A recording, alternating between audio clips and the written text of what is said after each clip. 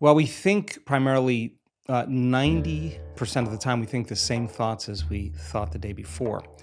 The challenge with that is the thought that you keep thinking over and over again becomes a belief. And nerve cells that fire together wire together. So the more nerve cells fire, the more they develop long-term relationships and the more hardwired they become. The more hardwired they become, the more automatic they are. The more automatic they are, the more unconscious they become. So the process of change really requires becoming conscious of your unconscious thoughts, which means just because you have that thought doesn't necessarily mean it's the truth. If you have that thought and you accept it, you believe it, you surrender to it without analyzing it, that thought will lead to the same choice, which will lead to the same behavior, which will create the same experience, which then will produce the same emotion. The same emotions then drive our very same thoughts. In time, our biology, our neurocircuitry, our neurochemistry, our hormones, and even our gene expression stays the same because we're the same.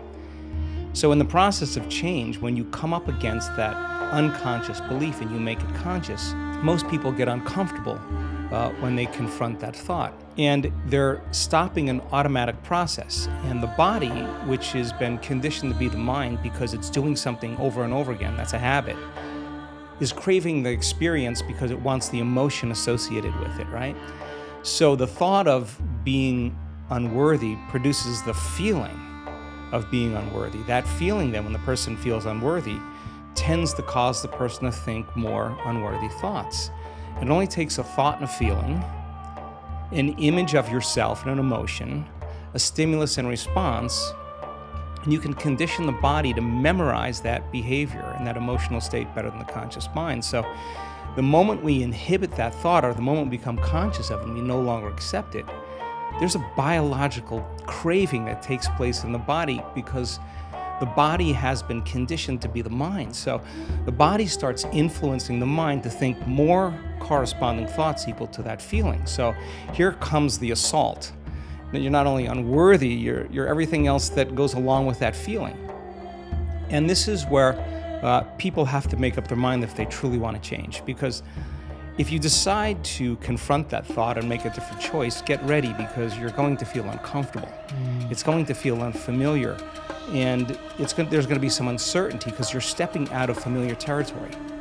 You're stepping out of the known and you're stepping into the unknown. Now, this is really when you leave the bleachers and you get on the playing field, because the brain immediately looks around in its environment to see if anything's changing because you're changing, and you see that nothing in your world is changing because you actually haven't fully changed yet. So the moment we look for evidence in our life and we don't see it, sooner or later most people accept that thought, which leads to the same choice, which creates the same behavior, which creates the same experience, that produces the same feeling. And then they say, oh, this feels right to me. No, that feels familiar, because you've just returned back to the known self. I think that when people truly want to make up their mind to change and they become so conscious of those unconscious thoughts, they would never go unconscious to them again. That's the moment the body is being reconditioned to a new mind. If you inhibit that choice, that leads to that habit or that behavior.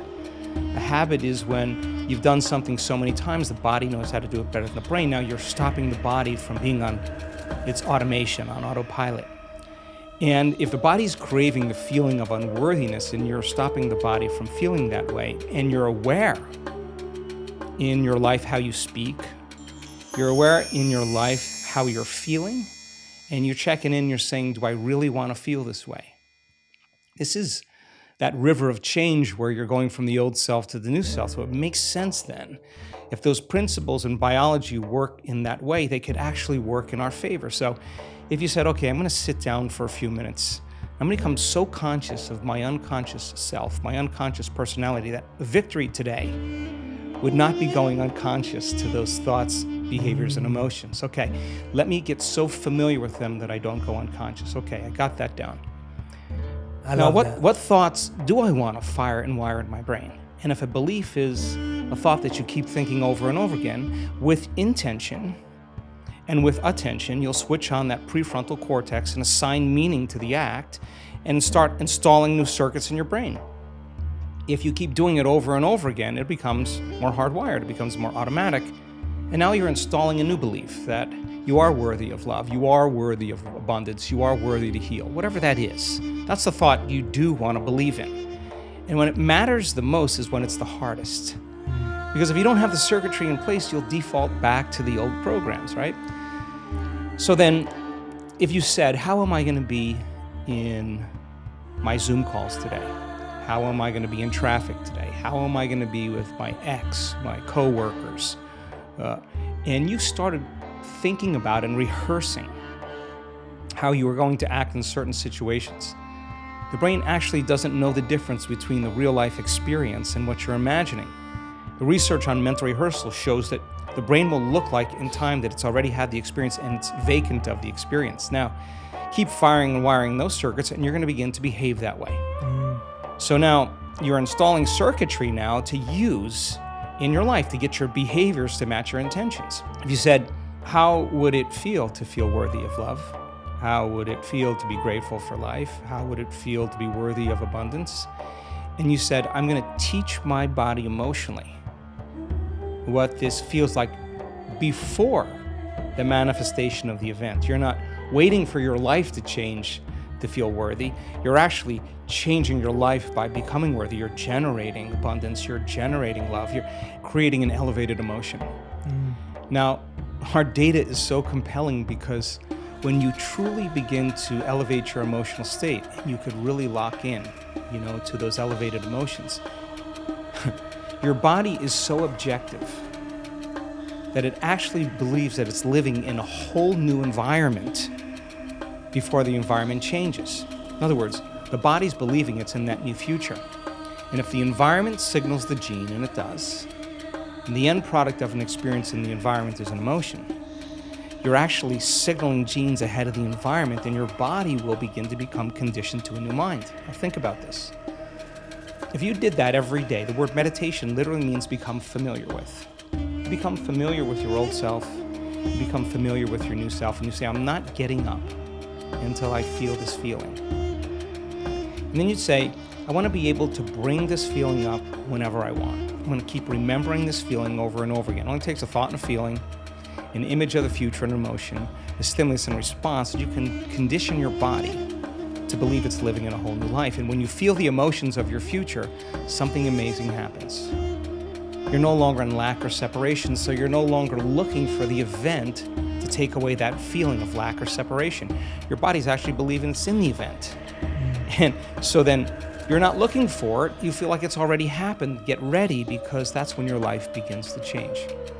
And so we've discovered that if you're actually practicing this and you immersed yourself in that experience fully for 7 days, the amount of metabolic and biological changes that will take place in your body will be so significant that your body will actually believe it's living in that future. And yet, most of the people that come to our workshops are literally in a ballroom. There's nothing really exciting happening in the environment, but their body's believing they're living in a whole new life.